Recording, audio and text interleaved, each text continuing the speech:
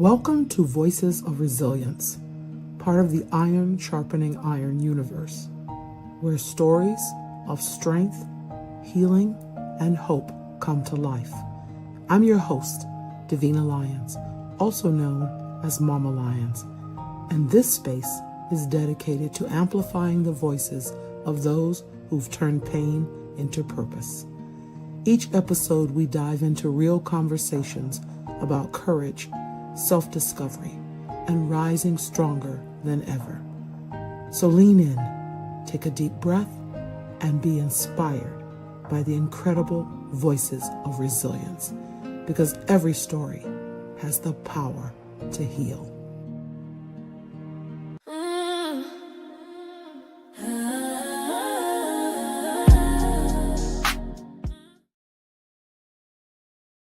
Hello and welcome to Voices of Resilience. I'm your host, Davina Lyons, aka Mama Lyons. I'm so grateful that you're here with us today. This show is all about real people, real stories, and the powerful truth that no matter what we've gone through, we can rise, rebuild, and live on purpose. And today's guest embodies that in such a powerful way. I'm honored to welcome Lisa Guice, author, international speaker, and America's #1 purpose, product, and profit strategist. As the CEO of Lisa Guice Global Vision LLC, she partners with CEOs, entrepreneurs, and high-achieving leaders to align their business goals with meaningful purpose, innovative product strategies, and profitable growth. But what I love most about Lisa is not just what she does, it's who she is and what she's overcome. Behind the titles and the success is a powerful, resilient story, one that includes pain, pivots, and a decision to stand fully in her purpose and help others do the same. In this episode, we're going to talk about what it really looks like to keep going when life hits hard, how to turn your story into strategy, and why owning your voice is the most profitable thing you could ever do, personally, professionally, and spiritually. So settle in, take a deep breath, and get ready to be encouraged, challenged, and inspired.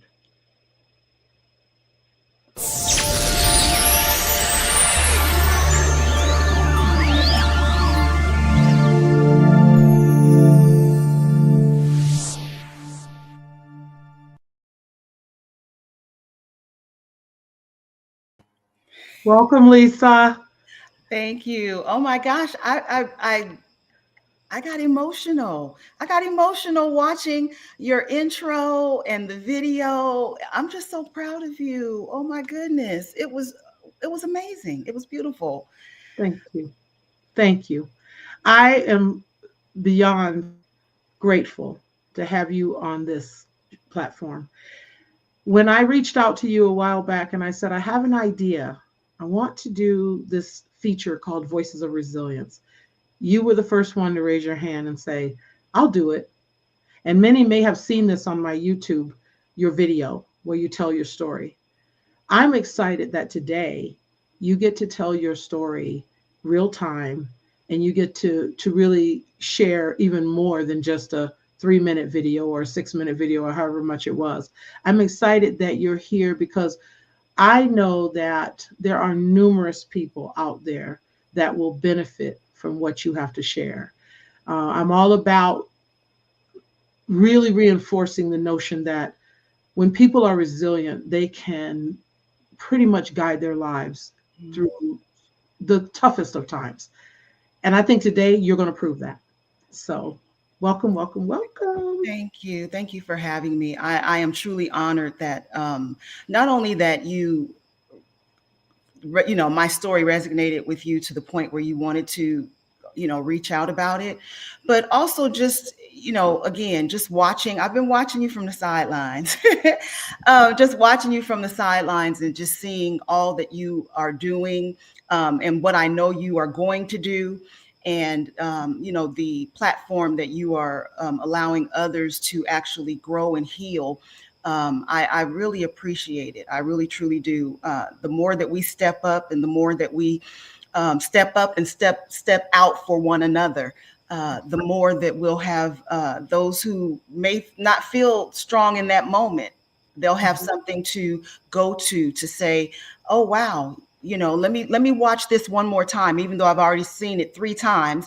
Let me watch it again, because every time I see it, I learn something. I take something new away from it. It strengthens me for my season that I'm in now. Yeah. So again, I just applaud you. I am so happy, and I'm really grateful and thankful for you. Thank you. That makes me feel good. Now I'm going to get emotional, and I don't want to get emotional either. I don't ugly cry well, so I honestly, everything you just said is exactly the purpose behind it. I've been called over the years to always try to lift others up. Always, even when I needed lifting, Hmm. I always wanted to lift others up. So this is just, but Confirmation. it's confirmation. But you know what, Lisa? Sometimes you don't realize you're lifting others up, and that's what you did for me.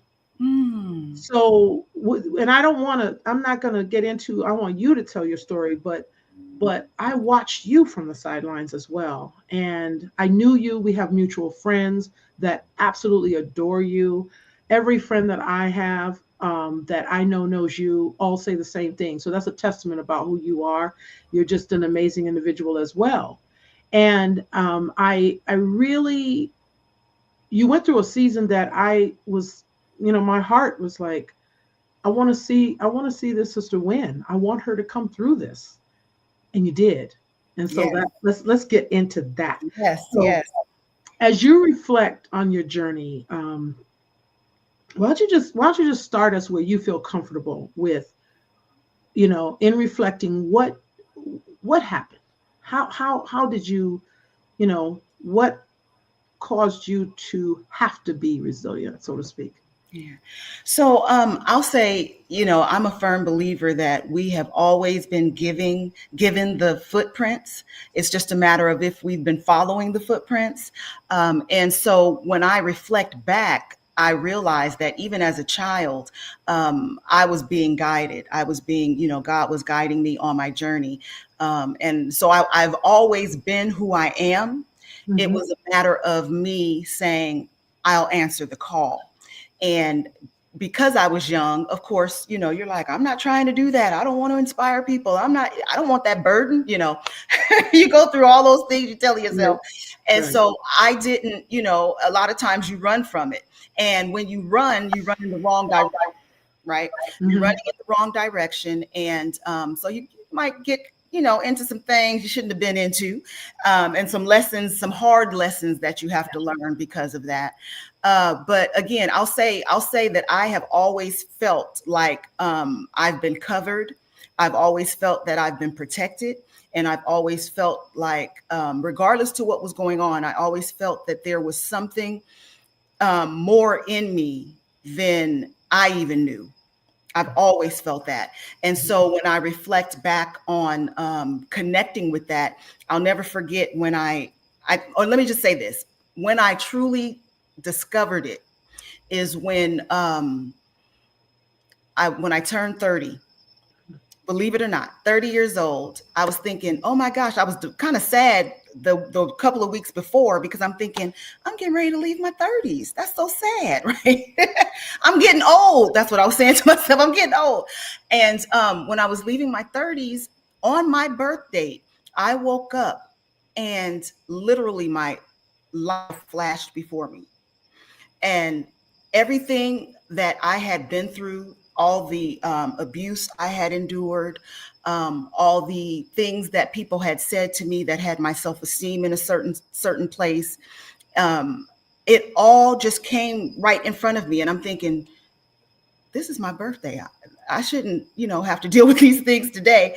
But I'm so grateful to God that I did, because I sat there and just let it, all the floodgates just come.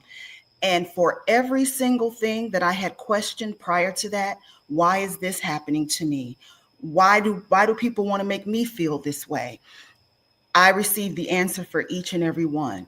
And it was almost as if when I opened my eyes on my 30th birthday, it was almost as if my life had been completely explained to me, Mm. which I didn't see that coming. And from that point forward, I started walking different. I started talking different. And I started moving different and choosing different. And so, because I realized that if all of this was explained, if this was what was hindering me from walking and being who I was meant to be, now that I had the answer that I had been asking for so many years, I had the answer. I understood that when you show up and you are, someone who has been called, you're not going to have an easy road all the time, but it's about how are you going to handle the road that you've been put on, right? And so I said, you know what? I'm going to show up and show out the best way I know how. I might not get it right every time, but I'm going to make sure that I show up and show out. And that showing up and showing out meant not just stating the problem, but trying to be a solution to the problem. Mm-hmm. We can talk about the problem all we want, but are you just, you're gonna roll over? What are you gonna do? So Mm-hmm. that's kind of the mindset. I started to shift my mindset and really think from more of a positive perspective about life, even when things would knock me down. Okay, you down. I'm gonna give you 2 days, girl, and then you're gonna have to get back up. What we doing? How we gonna fix it? So just approaching things from that perspective is really what when I reflect back, that's really what stands out to me, that I did a mind shift, and that mind shift required me to actually change my action, change the way that I related to people, the people that I let in, as I like to say, the people that I allowed to sit on my front row. And just because you're not on my front row doesn't mean you're a bad person. That just means that in this season, for this reason, you're not on the front row. You might, but you're still in the theater, so we could still connect. But I had to move like I was called. Mm. So you identified exactly what you needed to do, and then you made the change. Mm-hmm. So not only did you reflect, but you took action based on your reflection, and that's really powerful. And people hear me talk about the framework of Rise, and that is exactly what how it starts out with, obviously reflecting, and then once you identify what it is that you need to change, and most times it is the mindset. Makes sense. Now you started walking different, so you took a stand. So you're moving through that framework beautifully. Tell me more in detail about what that looked like. Your Once you identified it, and I love, by the way, I love the whole metaphor or analogy about the front row. I love that. It makes sense. Yeah. Yeah. Yeah, that really rings true for me, because one thing that God talked to me about was the fact that this is your show. This is your show, and in your show you've been playing small. In your show, you've been playing victim. Like I said, I was wondering, why were these things happening to me? So when I realized that I am the main character in this life, I'm the main character. And because I'm the main character, can I control everything? Absolutely not. But what I can control is the way that I react, the way that I implement, the way that I carry myself. Mhm. And also, but more importantly, the way that I think about myself, which was a huge part of what was hindering me, which was the way that I thought about myself. I allowed myself to get stuck in victim mode, where it was, they did this to me, this happened to me. And yes, those things, absolutely, the abuse did happen to me. But I had to really just have a big girl conversation one day with myself and just look in the mirror. And I had to say, okay, yep, it happened. So let me ask you this. Are you going to allow them to be the reason that you don't walk into who you're supposed to be, into your purpose? Or are you going to say, that happened, shame on them that Mhm. they did it, and Mhm. then pick up what you're supposed to pick up from it and help someone else who may be going through it? What are you going to do? So there were a lot of decisions that I personally had to make. And I'm a huge believer that who we choose to be is a decision. It just doesn't, it's not by happenstance. It just doesn't happen. It's a decision. Just like when someone calls you on your cell phone, you have to decide that you want to talk to that person and pick up the phone. It's the same thing with your life. You have to decide that you know what? This is a vision I had of myself, of who I wanted to be. And regardless of what happened or has happened or is happening, I'm going to be this person. It's a Mm, decision. And so mm, when I started to look at it from the perspective of it being a decision, that's when I started to take back my power. I that's started right. to realize how powerful um, my decisions were, and that it didn't matter what anyone did to me unless I relinquished the power. Unless I relinquished the power, what they did would have no bearing on who Lisa is and who Lisa will be. That's powerful. And I want listeners to really key into that. It's like, that's the ultimate in taking responsibility. That is the ultimate. And I believe that people who are very resilient are people who are very responsible with, their experiences and being able to take responsibility for their actions, the role they play in their show, as well as the role that others play. I love that. Right now, my students in my classroom would be doing this. Clocking, Okay, miss, yeah, clocking. Love it. That's what the girls do, with me. I hmm but I get it. You're clocking. I mean, it's really, really powerful. I will say that as you're talking, I did not realize, because I didn't know much of your backstory. I did not realize that you had experienced childhood abuse or trauma. So by the time I met you, you were in that responsible phase. You were in that you'd already done the reflection and done the talk, and you had said, "This is who Lisa Guice is." And I, met the empowered Lisa Guice, the global Lisa Guice, right? So that's a testament to what you're saying. You actually walked your talk, and that's wonderful. So anyway, I don't want to interrupt. Tell me more. No, I was just in you mentioning that it brought me back to another reflection. Mhm. Yeah. And the reflection that it brought me back to was I remember there was a secret that I had been keeping Hmm. and I hadn't told anyone. And I want to say maybe it's been 5 years now that someone approached me to do an interview in an article or in a magazine. And I said, "Oh, okay, yeah." And then after the lady and I had a conversation, I was so moved by her that for whatever great idea I came up with, I felt like that was the space for me to reveal this secret. Mm. Yeah, right. And I said, and she was like, "Are you sure?" I said, "Yeah." I said, "Because I've been carrying it with me and I know how it has been affecting me because I've been carrying it with me." Mm. And I said, "I think it's time for me to release it. And I think your magazine is where I want to release it. I know it's good. There's probably going to be some fallout because not a family member knows about this." I said, Mm. "But I'm choosing to do it this way so that I don't have to hear the little voices talking me out of it, right? All they're going to know is here's the article, here's the magazine, and read it." And that was it was again me taking back my power Right. because that particular incident, I felt so powerless. I was 11 years old when a family friend um, decided he wanted to try to rape me, Mm-hmm. and I never told a soul. I never told a soul. In part because I was afraid of him. Mm-hmm. Uh, he would still come around after that. Mm-hmm. So I had to still look at him. I had to still look at him interact with my family. It was just a very difficult time. And he would, kind of remind me when he would come around, keep my mouth shut, type of thing. And Wow.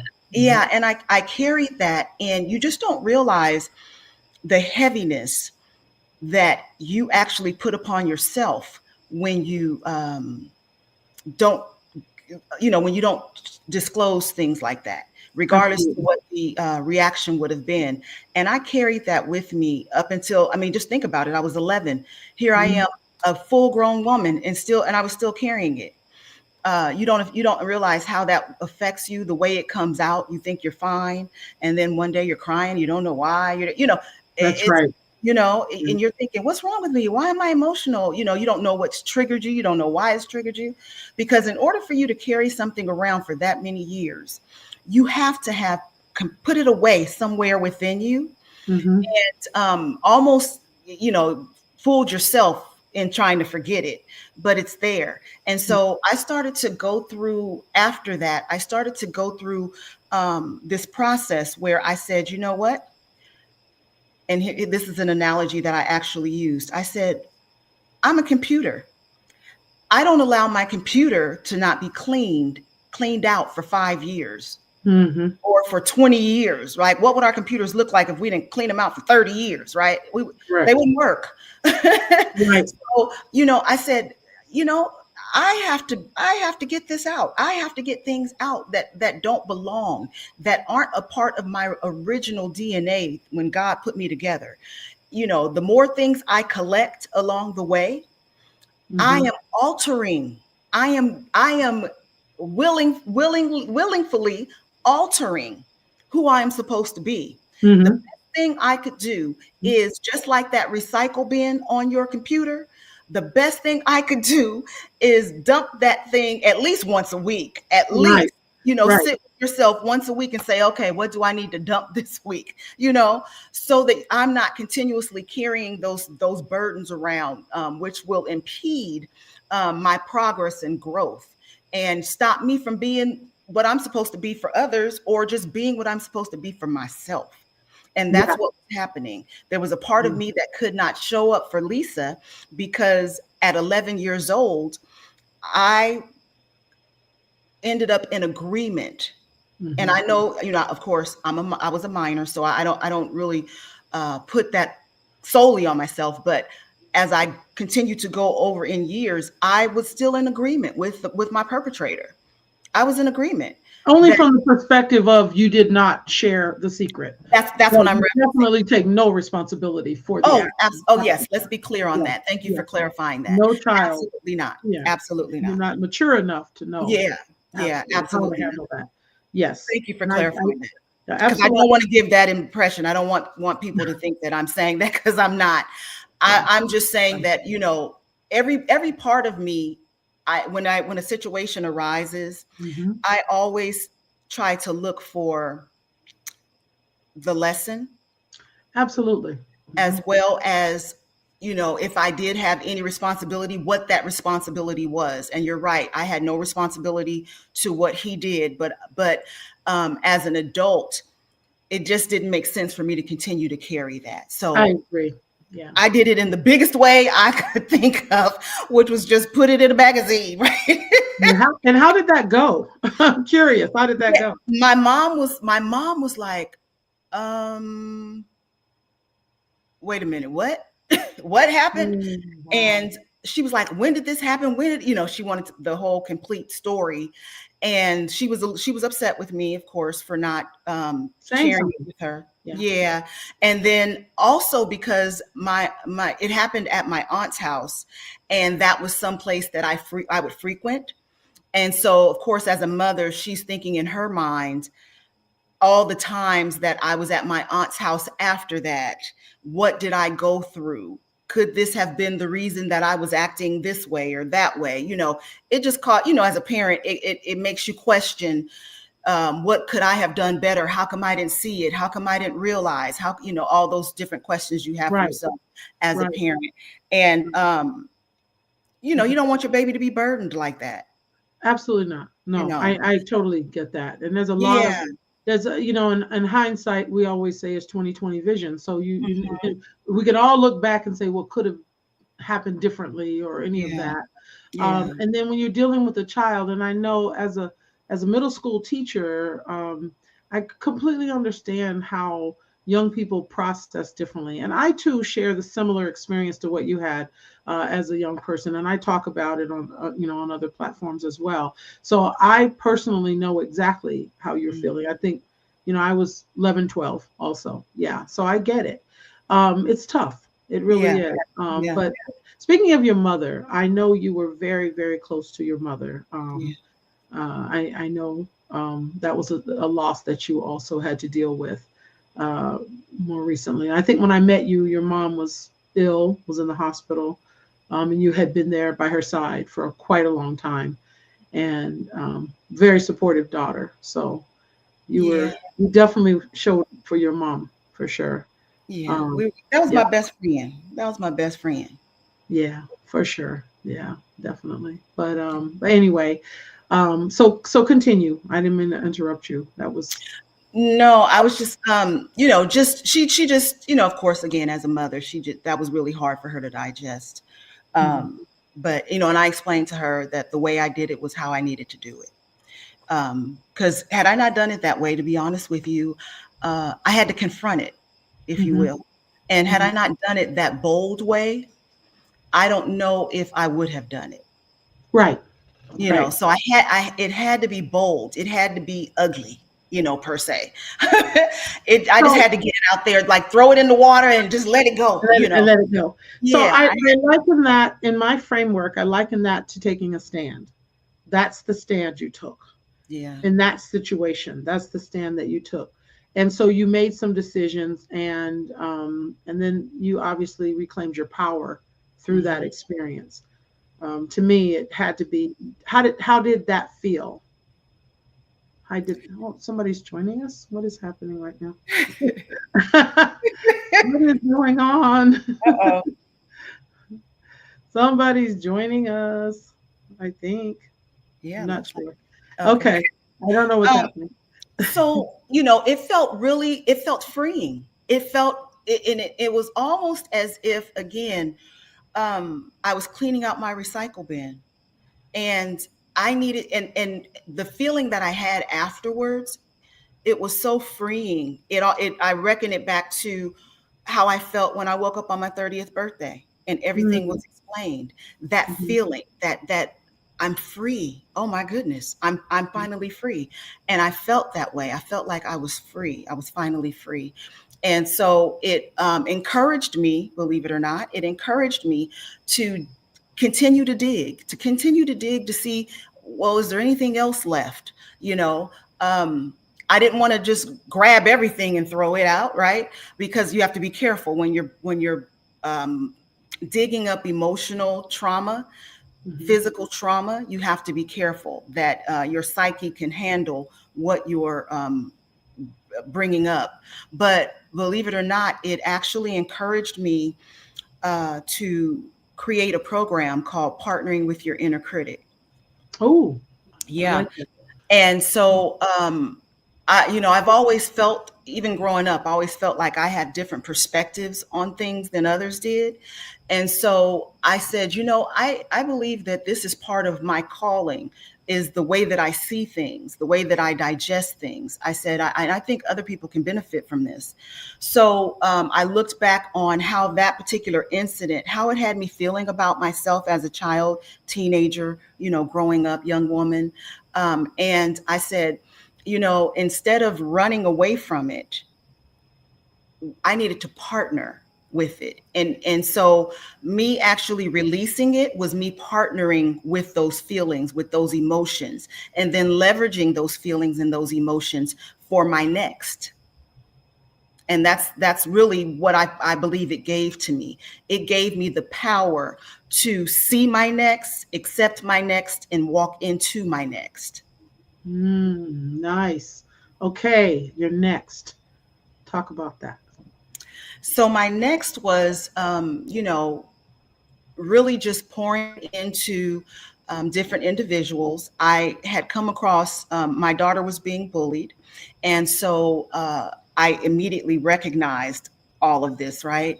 And, I had a conversation with her and she disclosed who was bullying her. I went into mama bear mode. I'm not going to lie. Originally, I went into mama bear mode. I That's wanted to right. go fight the kids, but I said, Lisa, you can't do that. Can't fight the kids. Can't fight the Can't do kids. that.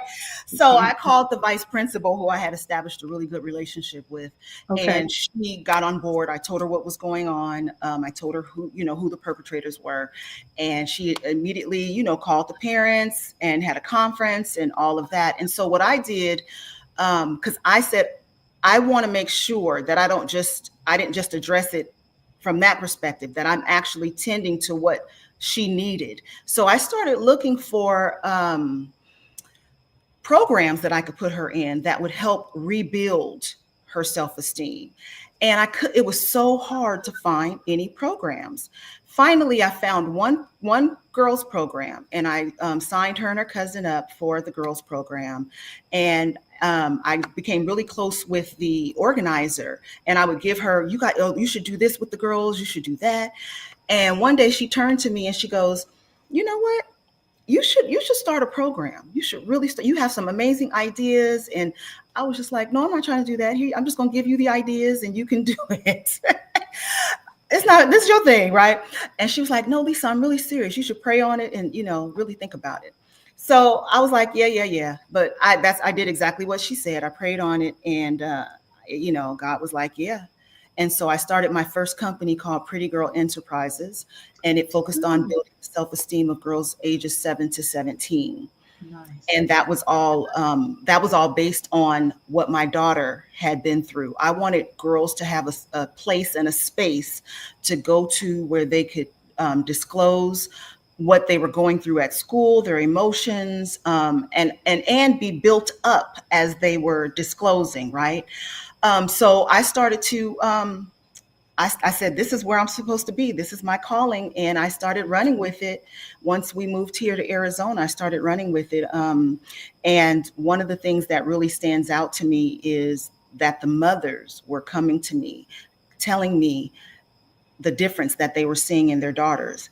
And then they started asking me, are you going to work with women? And I was like, absolutely not.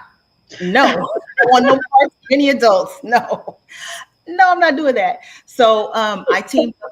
I established a partnership with the Higley Unified School District, Nice. where every summer I would go in. I became a certified bully prevention specialist. So I would do a summer camp, teaching them, Mm, yeah, to help the girls prevent bullying and to see, how they should handle the bully. I gave them, it was amazing. I really enjoyed that work. But again, as the parents continued to come to me, it became clear that, Lisa, you could pour into the girls as much as you want, but if they're not seeing it in their mothers, or it's not being reiterated at home, it's mm, going to be like a one-off.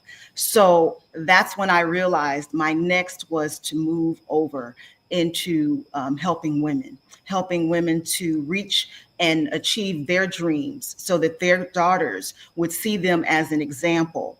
And I created Rain by Example, REIGN, Rain by mhm. Example um, movement. And so it was encouraged that the mothers just really like, what are your dreams? What are you trying to do? And I started helping women open up their businesses, structure their businesses, make their businesses profitable. And so that's kind of how it all started. But my reflection Mhm. is that when I really dug deep, I realized that although Pretty Girl was started for my daughter, that was me going back, lending a hand to my inner child.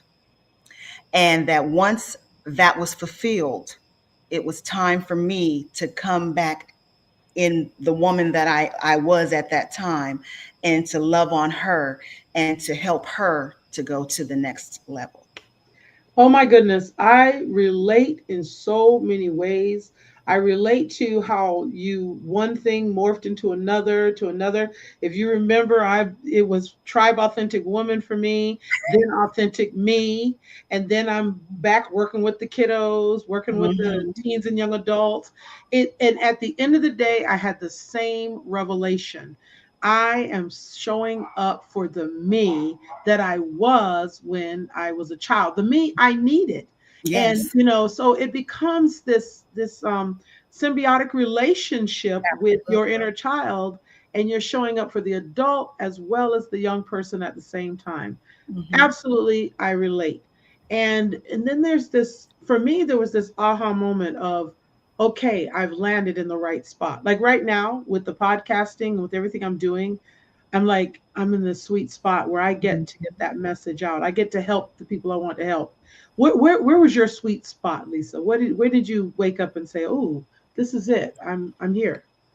You know what? Believe it or not, my sweet spot is right now. Okay. right now. It's after battling breast cancer for 2 years, after Right. losing my mother, after losing my father. This is my sweet spot. I have, it's so crazy to say when I'm talking about the loss, right? It's so crazy to say, but I have never been more complete and happy than I am right now. Mm. In business, in life, I have never been more happy. And I didn't even like, you know how you don't yearn for a feeling because you don't know of the feeling. After I lost my mom to COVID, I didn't think I didn't know if I was going to come back.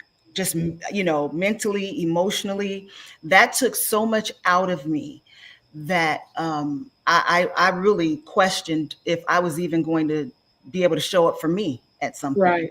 Right. Um, and so, it was difficult. But what ended up happening is a month after my mom passed from COVID, I was going, grieving her. And then my dad was diagnosed with lung cancer. Mm. So a part of me, the part that I was able to pull together, because I couldn't pull all of me together because I was a wreck, right? But the Yeah. part that I was able to pull together to be there for him, to pray with him, to send him scriptures, just encouraging him along the way, it started to become more and more fulfilling for me. And so in helping him, I would just call sometimes and I would say, "How's your day going?" He'd be like, "Oh, today's not a good day." And I'd Mm. say, "Okay, well, before we start talking, let me pray, Yeah. let's start there first." Yeah. And, somewhere through the conversation, it was my goal to make him laugh so that he could still feel joy on his journey. And, he ended up surviving his lung cancer, and we were so happy about that. And then I'll never forget the day that he called me to tell me that they say I now have brain cancer. And I went into, that's okay. Let me pray. We gonna come on now. We beat it once. We're gonna beat it again. Went into my whole little spiel, and then we got off the phone. And then 2 hours later, they called me to tell me that I had breast cancer. I'm looking around like, okay, Ashton Kushner, where are you? Like, Right. I'm being punked. This is, this can't be happening. Right. But it was happening. It was happening. And my very first thought was, oh my goodness, my mom's not here. Right. Because my mother in 2015, she had actually had breast cancer, triple negative breast cancer, which for those of you who aren't aware, when you are triple negative, that means that you don't have any of the organs that they feel are feeding the cancer. You're negative for all of them, which means they're just going to have to try to guess and figure out how to treat you. It's the most aggressive. Um, so she had it, but during that time, I was with her for every appointment, every chemo treatment. And during her chemo treatments, I had been saying I was going to be an author for 5 years, hadn't written a word. And I said, well, we're at this hospital for 4 hours, 3 times a week. I need to do something, Lord. What is this? What am I supposed to get from this? And he was like, didn't you say you were supposed to be an author? Oh, okay. So I sat by her bedside while she was getting her chemo treatments, and I wrote my first book and became an author, a published author. And it's called You're Just a Quote Away from Your Greatness. And that book, literally, because what I had an up close personal view of was all those people fighting for their lives.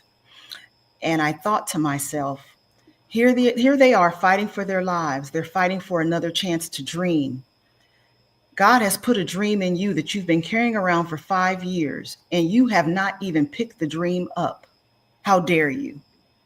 Mm. If I bet you that if you said, "Do you want to switch places with me?" they would.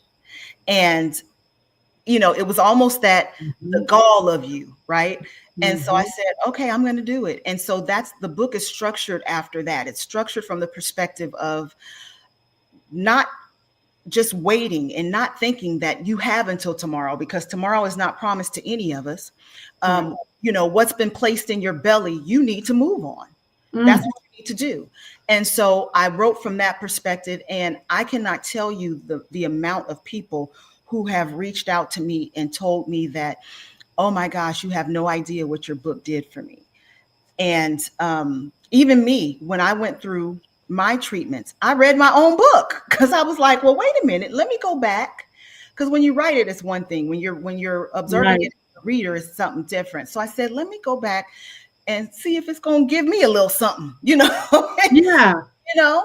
And Yeah. so, I really, in that moment of realizing that this is what I was going to have to do, I really appreciate my mother, because even though she wasn't there physically, what I realized is she gave me the blueprint. Right. She gave me the blueprint, and I am so grateful for that. So when they called me and said, we're going to send you to this doctor, this hospital, this, I said, oh, no, you're not. I'm going to go to this hospital. I want this oncologist. I want this surgeon. I want, I wanted everybody who was on her team, because I saw how they treated her, and how they treated me as her caretaker, and Mm. how they helped us both through that process. So there was no guesswork of, I hope this doctor knows what they're doing. I hope this hospital is going to pull me. There was none of that. She had left me the blueprint. Wow. Wow. Yeah. That's a powerful connection that you made. Wow. And then you embarked upon that journey. I remember in the video you did for me, you talked about how you felt you and your dad were going through it, but he didn't make it, but you did. Yeah. I went Yeah. through survivor's remorse. Right. I had heard that word, I heard Yeah. that word, but I didn't really know what that meant. I really didn't even understand it from the perspective of, well, why do you have remorse? You're here. But I really went into survivor's remorse. And because one of the things that I always prayed for as a child, my mother and father weren't together. And I always prayed that, not necessarily that they would be together. I didn't necessarily want them together, but I just wanted him to show up as the father that I needed him to be, and he never did. Right. He Right. never did. And I would always be the one to kind of reach out and try to establish the relationship with him. And there would be times when I would get tired of that and say, forget it, I'm not going to call him then, and get mad about it. Um, but you know how they say, fatherless daughters, Yes. how that affects you. Yes. When I reflect back, it did affect me. It affected who I was as a woman, but it also made it so that I knew what I didn't want in a man, if you will. Yeah. Let's say. Yeah. That's the lemonade right there versus the lemons. Yeah, Absolutely. yeah. Absolutely. So yeah, but regardless, you always have a desire for your parents to love you a certain way, be a certain way. But it wasn't until that time when we both were fighting cancer together, and that's exactly how we both looked at it, that we were fighting together. Um, it wasn't until that time that we actually were able to just let down all of the walls, all of the judgment. He shared things with me during that time that I know for a fact he had never intended on sharing with me. We had long conversations. He shared his childhood, which he kept very close to the vest, Mm. kept it very close to the vest. He Mm. shared his entire childhood with me. And I'll never forget the day when he decided to do that. We talked for probably about 2 hours, and he went all the way back to when he was like 5 years old. And I'm holding the phone like, is this the guy? Is this the daddy? Who is this person on Right. the phone right now? And it Right. was almost as if he said to himself, I can trust her. I can trust her with this information. I don't have to be dad right now. I could just be that vulnerable little boy who had to fight and struggle all his life and who didn't feel the love that he deserved. Because I know that she isn't going to hold this against me. Right. And I'm telling you, by the end of that conversation, I remember getting off the phone again. It was almost like a purge. The answer to, why isn't my dad here? Why doesn't he call me? Why, all those things, all those questions I had, they were finally answered.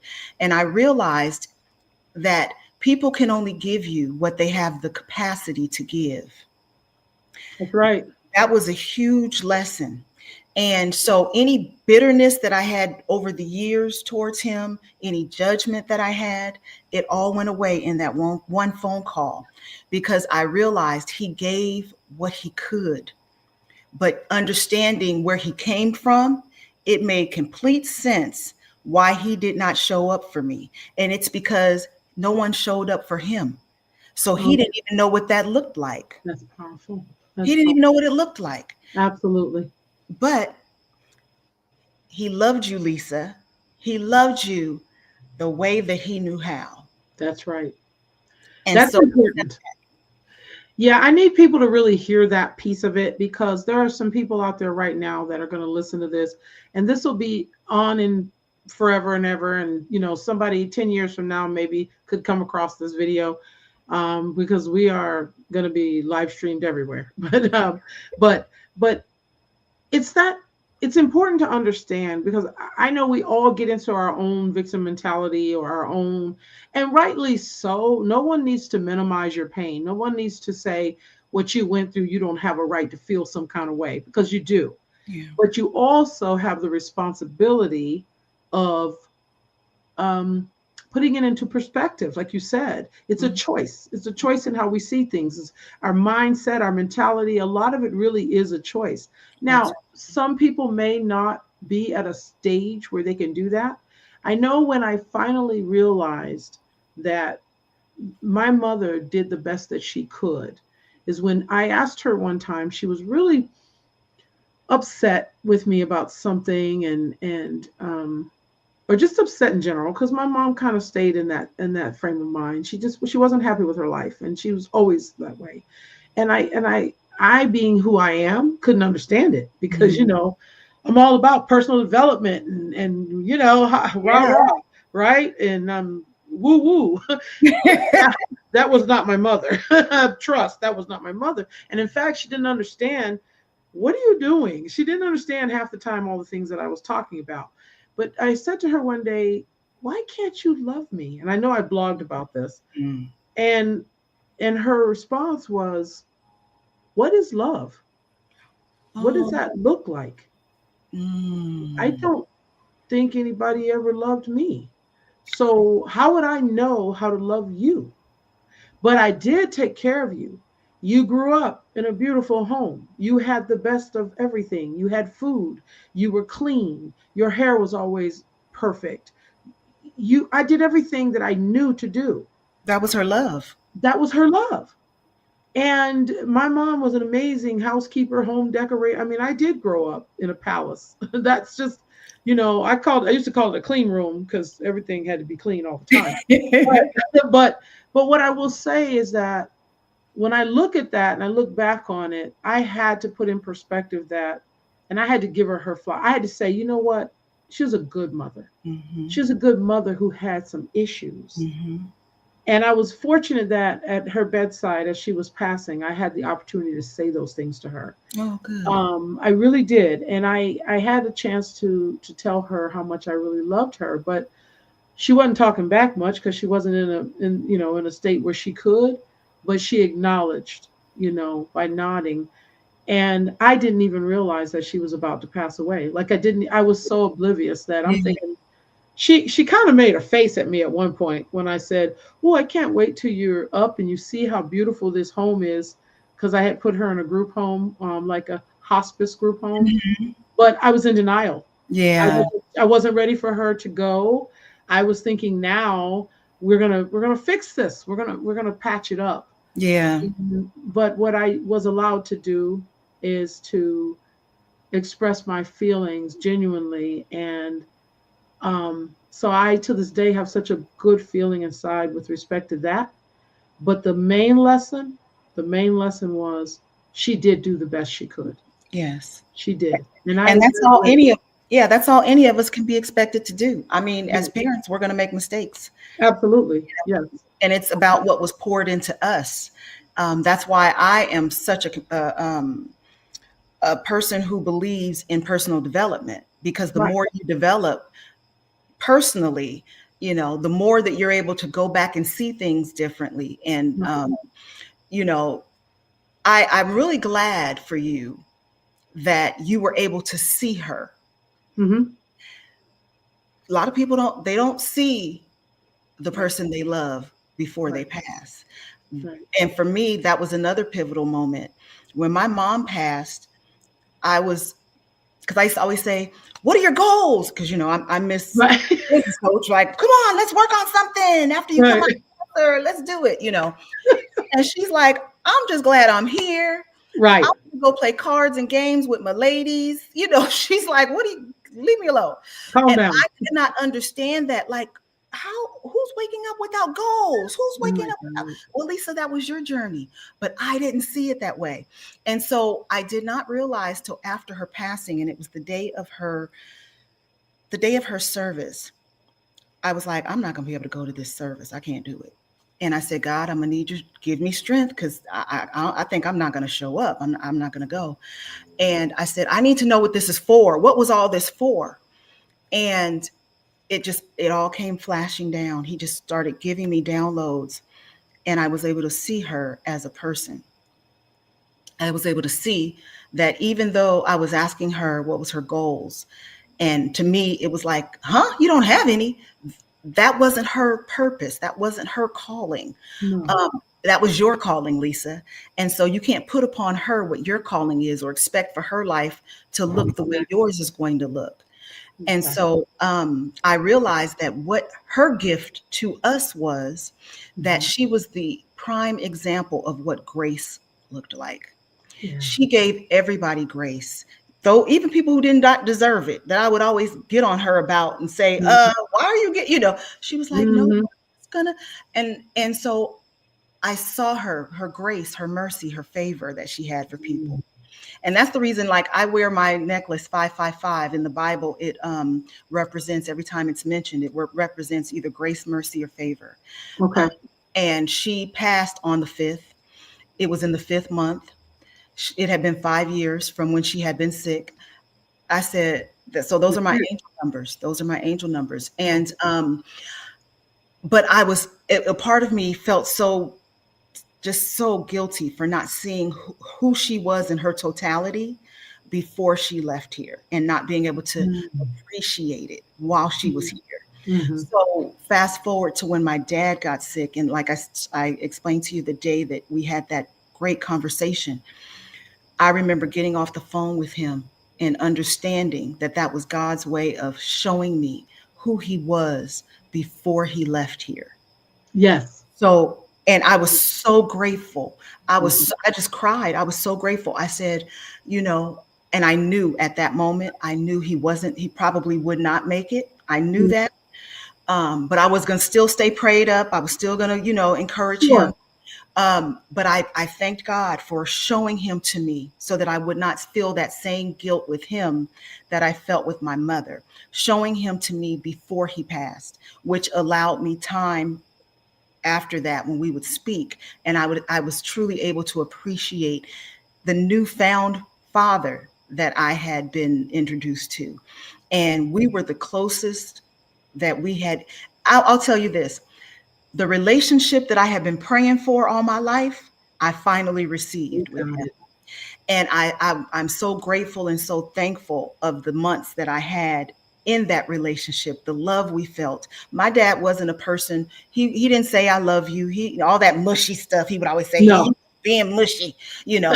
But what I realized is, in him sharing his story with me, I realized, because he wasn't shown how to love, Right. Lisa, a part of what your job is from this point forward until he's no longer here is to show him how to love, Right. show him how you needed to be loved. And Yeah. so I would say to him before we would get off the phone, all right, talk to you later. I love you. And if I said it, he'd be like, yeah, I love you too. But he would say it back. Prior to then, he didn't tell me he loved me. You're right. He never said it. So Right. I knew I had to be the example to him of what love looked like for me, what his love looked like to me, so that Right. he could give it to me before he left here. So we were like this. We were like this when he passed. So because of that, it hit me different. Mhm. So I think that's where the survivor's remorse came from, Mhm. because I kind of felt like, wow, right when I received it, the way that I always prayed for it, it's gone. How is that possible? Why am I still here and he's not? Just all those different questions. Mhm. But the truth of the matter is, had it been the other way around and I wasn't here and he was still here, that would have took him out. He would not have been Mhm. able to survive that. So, Right, in its proper order, right, happened in right, its proper order. Yeah. right. No, that's a good point. Yeah, it's and your mother, I know that when I think about future now, and I think about emerging as the person that you are now, and stronger, wiser, the mindset. What do you believe that you're passing forward? What is the torch? If you had to personify the torch, what is the torch? I believe that what I am passing on is, well, a beacon of resiliency. Mm-hmm. I can't tell you how many people called me while I was going through my battle. They were calling to cheer me up, and they were like, "I can't. I'm so sorry. I called you to cheer you up, and you're cheering me up. This is crazy." Yeah. Because I was adamant about being joyful during Mm-hmm. that time. I was adamant. I was not going to let it beat me down. Whether I survived or not, I was going to walk up out of here with a smile on my face. I was going to walk up Exactly. out of here encouraging and empowering. And so I believe that that's part of my legacy. I believe that it is to be a beacon for what resiliency looks like, what it Mm-hmm. looks like to stand in whatever it is that you're going through, and face it head on and go through it with a smile, not a phony smile, Right. not a phony smile, Right. but a smile of, I came here, I came, I saw, I conquered. Right. Right. Right. Right. I Right. came, I saw, I conquered. Mm-hmm. I conquered all that I was supposed to, all that was assigned to Mm-hmm. me. Mm-hmm. And so I would like to believe that that actually is what my legacy is. That when people look at me, they're like, she is conquering all that is assigned to her. Maybe I need to start conquering what's assigned to me. I can do it. If she can do it after experiencing the losses and I always say that that you are called when the enemy comes after you, starts to come after you at an early age, Mm-hmm. because he sees you. For everyone who has low self-esteem or doesn't believe that they are destined, he sees you before you see yourself. Mm-hmm. Mm-hmm. So every bump in the road, if your life has been, oh my gosh, every time I get up, I get knocked back down, I don't know what's going on, Mm-hmm. you have a bigger calling, and Mm-hmm. you continue to go forward in that. Do not stop, keep going. You are trying to be, or an attempt is being made to distract you, to wear you down so that you do not cross the finish line. But Mm. I'm here to say the finish line has been waiting for you. Your name is on that finish line, and you are to keep going. Purpose, absolutely purpose. Yes, I totally agree with you. You say, "Oh, I've been watching you on the sidelines," and I say, "I know, because I've been in the game for a long time. Yeah. I have been doing this for a long time, and every time I even think about sitting down, anytime I ever think about, maybe I'll just live a normal life and go to work, be a nice little teacher, come home, watch some TV, The get my easy Netflix life. on." Yeah, and no shade on anybody that's what you're doing now, because if that's what works for you, then Yeah. go for it. But unfortunately, I'm 5 minutes into a TV program and I got an idea. I got to jump on the computer and now I got to write or I got to do something. Okay. That's how I'm wired. And that's because we are destined to do what we have to do for a reason. I mean, we just have purpose. This is the bottom line. I believe everyone has purpose, but Yeah. it shows up for people in different ways. Yeah. For the people who are not there, for the people who don't quite see it, the reason why my heart has been to present Voices of Resilience is because I need people to hear people who've already walked the walk and they're able to speak about it. And you definitely are that person. What are your sort of parting words, or what message do you have for people who just, they're not there yet, they don't see it, but maybe they've had some rough experiences, but they haven't had that revelation of resilience yet? Mhm. I would say, that one of the things that is beneficial to anybody, no matter what stage or space you're at, um, and this is actually one of the techniques that I use in my Partnering with Your Inner Critic program. Hmm. We got to do a rooting. We got to do that rooting. We need to go to the root of why you feel how you feel, where that feeling came from, what was the purpose of that initial root to take hold on you because it's holding you back. And then we go into how to leverage that root. Hmm. And so I would encourage everyone, if you feel like I'm just lost, I don't know, Lisa, I don't, girl, what are you talking about? Hmm. And I don't have a purpose. Okay. Well, let me just tell you this. The fact that you're even here means you do have purpose and Hmm. that your purpose has not been fulfilled. So I want to state that. So I would encourage you to go back, trace back through your life. Trace back, go far back as far as you can remember and start tracing. Start writing out things that have happened, the good and the bad and the ugly. Start writing them out. You will start to see the footprints. The footprints will slowly be revealed. And again, I go back to this because I truly, truly believe it. Hmm. When you do not, when you do not see yourself, fine, don't see yourself. But you need to recognize that the enemy sees you. He sees you. If you want to know you're great, people are always asking me, how do I know I'm great? Okay, well, let's talk about what you've been through. Let's talk about what you've been through. If there's been no distractions, there's been no destruction. If there's been, let's talk about those things. If Hmm. there has been, it's because there's greatness inside of you. There's Hmm. greatness inside of all of us. No matter Hmm. how big or how small, there's greatness inside of all of us. But you have to water that thing. And if you don't choose to water it, just like any plant in your home, without water, it will die. So it is your, and one of my quotes, one of my famous quotes is, if you do not track your successes, you will only remember your failures. Mm. Oh yeah, I like that. And That's so, true. That's yeah, true. and that is tied to your self esteem. When you Yeah. keep replaying the failures and you're just like, then you start to believe because I've had these failures, I'm a failure. That tells me you haven't tracked your successes. So you don't have any Yeah. successes to combat the failures. Yeah. So that's That's why the true. rooting process and going back, reflecting back is so important. You have the answers. It's just you haven't revealed the answers to yourself. Yeah, no, I agree. And that's why it's so funny because I didn't pay you, but my Right to Rise manual, that's exactly what it's about. The manuscript planner, I help people write their story systematically through my framework for that very reason because as you go back and you process, not going back to re-injure, but go Mm-mm. back and really process and look at those patterns and you retell your story, what has to come out of that is some revelations that will not only change your life but could change someone else's life. So Yes. writing is very much so cathartic and healing to me.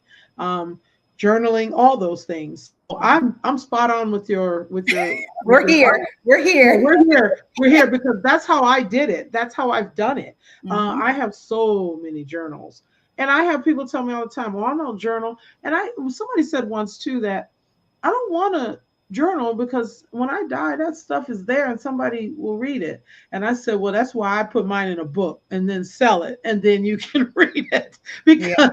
because honestly, people do get help. Sometimes people, all they need is to see someone else experience something. Hmm. I say all Hmm. the time, I don't want to be experienced. I don't have to experience everything to learn from it. I can look at you and say, oh, okay, I don't think I want to do that. Or I think I Exactly. do want to do that. And that's what this podcast is about. That's what all of this is about. Personal development doesn't have to just be personal. It is something that community can show up and help with as Hmm. well. And I do believe that's a big part of it. So, Lisa, I am so grateful that you took this time out of your schedule, and I know how busy you are as well, to share not only with me but to the listeners. If there's something that someone heard, uh, please reach out. Lisa, what is the way to best reach you? How can we get your first book? Tell us about that. So the best way to reach me Or on any book, not just your first one, any yeah, book. I on social media, I am Lisa Guice. Guice is Guice. Looks like juice with a G. Right. That's me. As far as my first book, I am actually in the process of doing some different things with it. So I had it pulled. Um, Okay. I'm going to relaunch it along with others. So one of the things that this podcast has actually encouraged me to do. There's a book I've been holding on to. It's pretty much written. It's been written for maybe about 6 years now, and I have not Oh, released it.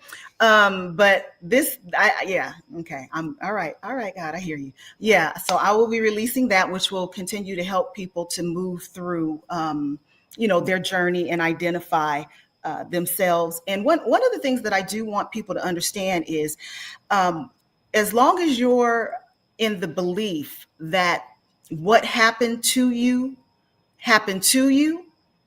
it will hold you back. But mm, if you start to shift your perspective and start to realize that what has happened to you isn't for you, it's for someone else, for the mm, benefit of someone else, mm. that's when you'll see yourself starting to be moved through your personal growth cycle. And seasons, I believe in seasons. I'm in the season of conquering. I'm bringing those along with me. I'm in the season of legacy, hence why I had my Her Legacy brunch and you were there, and I Yes. thank you for that. Yes. That's going to be an annual event. Yes. I'm also in the season of understanding the importance of helping those who are looking to release their dreams, and so grants. God is like, hello, I've been positioning you. You have access to all this money. We need to go ahead and get that out. So I just launched my grant writing. It's not for you to write a grant. It's for you to learn how to write your grant story so that, Mm. and it's your winning grant story so that you do actually end up getting the grants that you're applying for. And so I just launched that. I'm only taking 25 people because we're going to be hands on. We're going to write right there in the moment. Wow. We're going to map out the story. We're going to write the story. There's different tiers of it. If you just want to write your story and that's all you need, fine. The second tier is if you want to write your grant story and then we actually fill out a grant and submit it, fine. The third one is we do 2 submissions. So it just depends on where you're at and what you want to do. But Right. I have access to so many grants because God has really blessed me in being able to connect with investors as well as different grant programs Wow. through my work. So he's like, this is what I want you to do. So this is the season he's moving me into.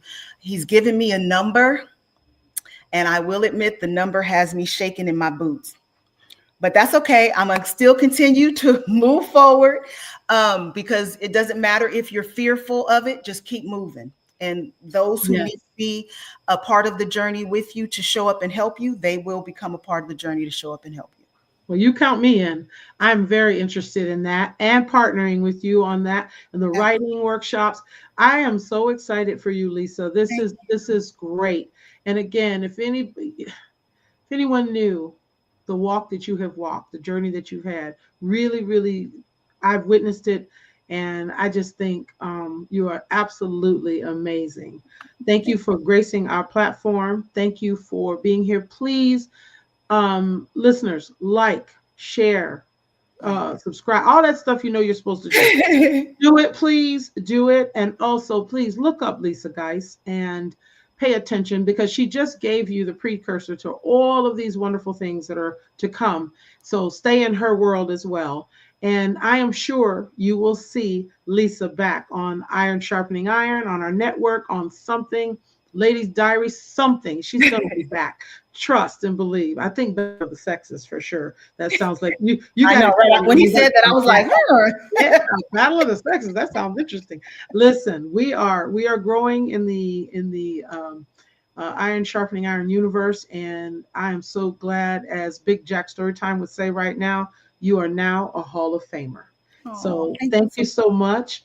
hang out. I want to talk to you backstage. Don't go away. But to our listeners, again, like, share, subscribe, do all that stuff. Next week, I will be back with another guest. Just stay tuned. You'll see it. I'm so excited in the moment right now. I can't think of who that guest is. I'm just going to keep that real. So, so if I'm supposed to tell you right now, I just forgot. But I've got so many lined up, which is very exciting, by the way. Yes. Very exciting. So, yeah, we'll be here next week. It will be the Coach's Corner. We Mhm. alternate. So the week after that, we'll be back to Voices of Resilience. I want both of those, flavors being shared. The coaching, the educational side, but also we have to hear your stories. We have to know, hey, you too, this too shall pass and you will be stronger. So Absolutely. Absolutely. again, Lisa, I'm grateful. Thank you so much. All the Thank listeners, you. thank you. If you're listening to this later as a replay, please still comment. Please still give us some feedback. Okay. All right. With that being said, we're going to sign off, but hang in there, Lisa. Okay. Okay. All righty. And that's Bye, it. everybody. Bye bye.